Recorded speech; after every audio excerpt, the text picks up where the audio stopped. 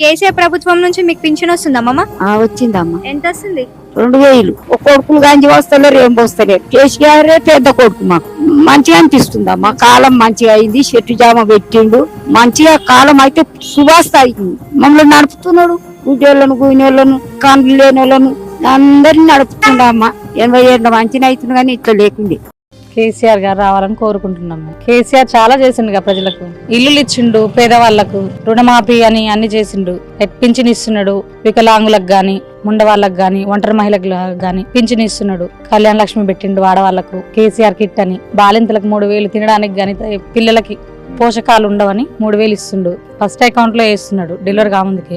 బాగా చేస్తున్నాడు ఆయన. వ్యవసాయం ఎకరానికి 5000 ఇట్లా లోన్ ఇస్తున్నాడు. 8 months నాకు ఏరియా హాస్పిటల్లోనే నార్మల్ డెలివరీ కావాలని కోరుకుంటున్నాను. నేను కేసీఆర్ కిట్ కోసమైనా అందులో చేసుకోవాలని చూస్తున్నాను. పాప గాని బాబు గాని అందులో ఒక అక్షరం కలిసిలా పెట్టుకుంటా. ఖచ్చితంగా కేసీఆర్ గారే కావాలి. ఆయన చేయవలసిన పనులన్నీ చేసిండు, ఏం ఇబ్బందులు ఏం జరుగుతలేవు. కరెంటు ఎప్పుడు 24 గంటల కరెంటు వస్తుంది. ఇళ్లలో వాటర్ కూడా ఇప్పిస్తాడు, ఇప్పించిండు, సాధించిండు ఆయన కూడా. ఈ 32 జిల్లాలు నీళ్ళు వస్తున్నాయి, ఫుల్ వాటర్ వస్తున్నాయి. ఆ సార్ వచ్చినాకనే ఈ వాటర్ తాగటం, ఈ బువ్వ తినటం, ఈ కరెంట్ రావటం, కళ్యాణ లక్షణం వస్తుంది. ఏదైనా